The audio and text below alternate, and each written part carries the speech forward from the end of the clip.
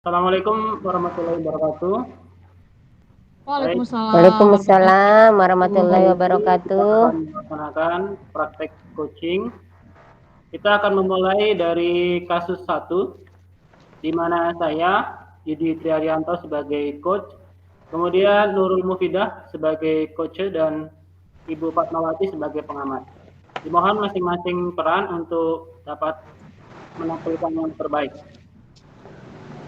Kita akan mulai dari kasus 1. Kasusnya adalah bahwa Anda memperhatikan seorang murid yang tidak mau bekerja sama dengan teman-temannya.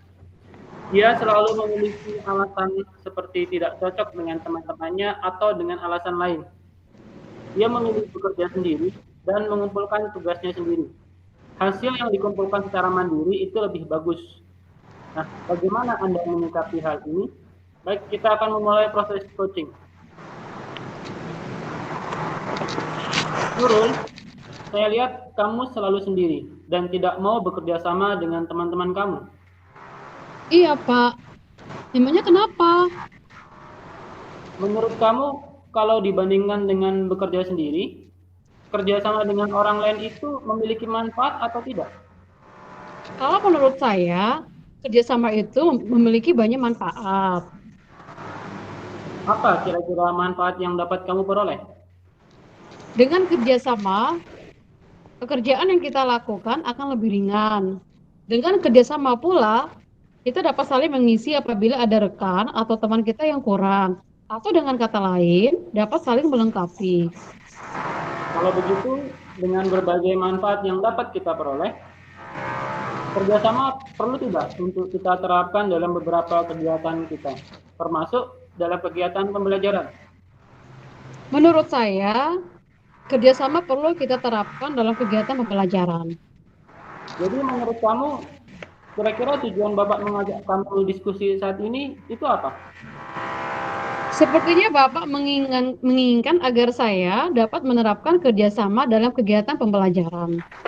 Nah, betul sekali. Tapi Pak, Tapi kenapa? saya kurang nyaman Pak. Apa yang membuat kamu merasa kurang nyaman? Saya kalau di kelas justru tidak bekerja sama dengan teman-teman saya. Apa yang membuat kamu tidak mau bekerja sama dengan teman-teman kamu? Hal ini terjadi karena saya merasa teman-teman saya justru merepotkan saya ketika mengerjakan tugas. Sehingga saya memilih bekerja sendiri. Justru dengan bekerja sendiri, hasil tugas saya akan lebih bagus. Hal merepotkan apa saja yang pernah dilakukan oleh teman-teman kamu ketika kalian sedang mengerjakan tugas bersama? Biasanya mereka terlalu banyak bertanya kepada saya karena memang di antara teman-teman kelompok saya rasa yang paling pintar. Kenapa teman-teman kamu terlalu banyak bertanya? Mungkin mereka belum terlalu paham dengan tugasnya, Pak. Lalu, pernah tidak kamu menjawab atau memberikan penjelasan atas pertanyaan teman kamu itu? Pernah, Pak. Apa reaksi dari teman kamu? Mereka menjadi lebih paham dengan penjelasan dari saya. Nah, itu artinya apa yang kamu lakukan itu sudah bagus, karena telah membantu teman kamu memahami materi pelajaran atau tugas yang diberikan. Kalau begitu, menurut kamu kerjasama dalam kelompok akan memberikan dampak yang bagus, betul tidak?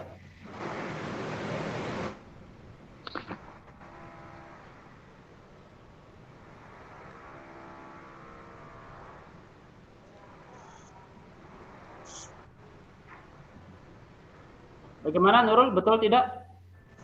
Betul, Pak. Tapi saya lelah terus-menerus memberikan penjelasan kepada teman-teman saya. Karenanya saya lebih memilih bekerja sendiri.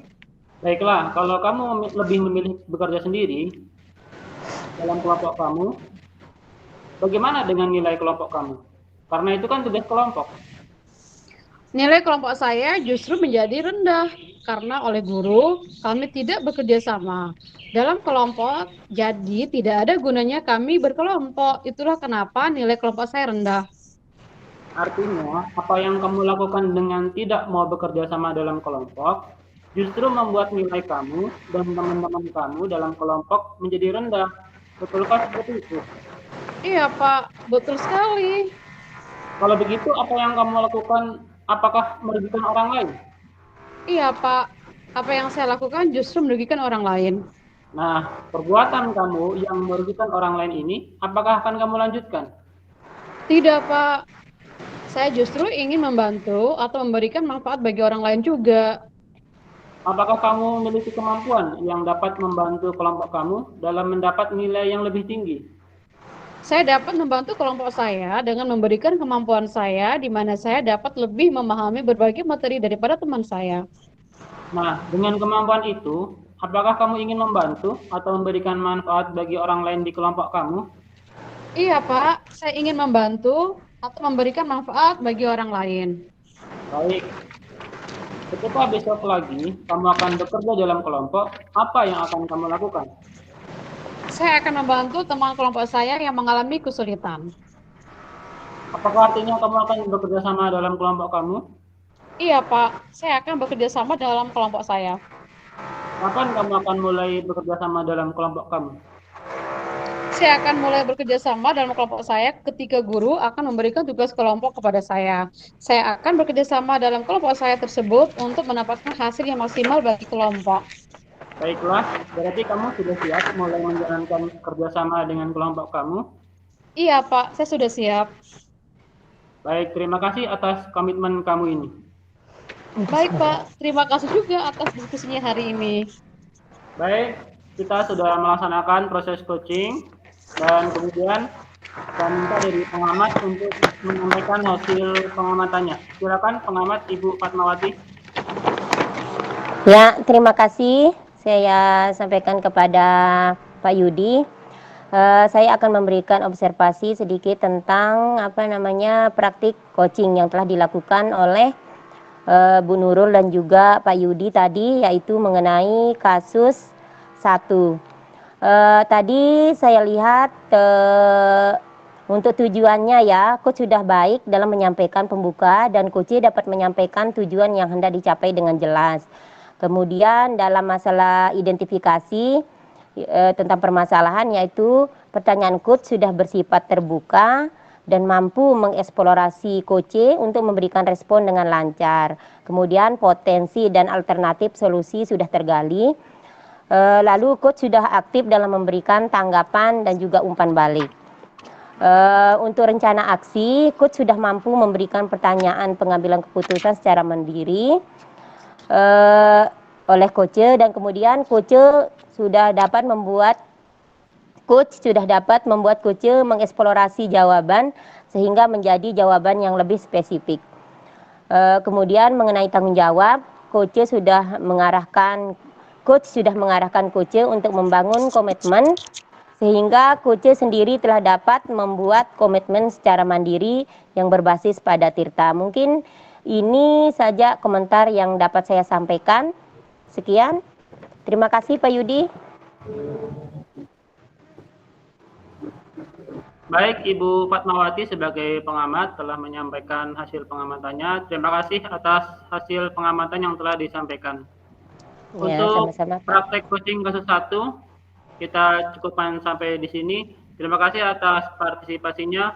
Wassalamualaikum warahmatullahi wabarakatuh. Waalaikumsalam warahmatullahi wabarakatuh.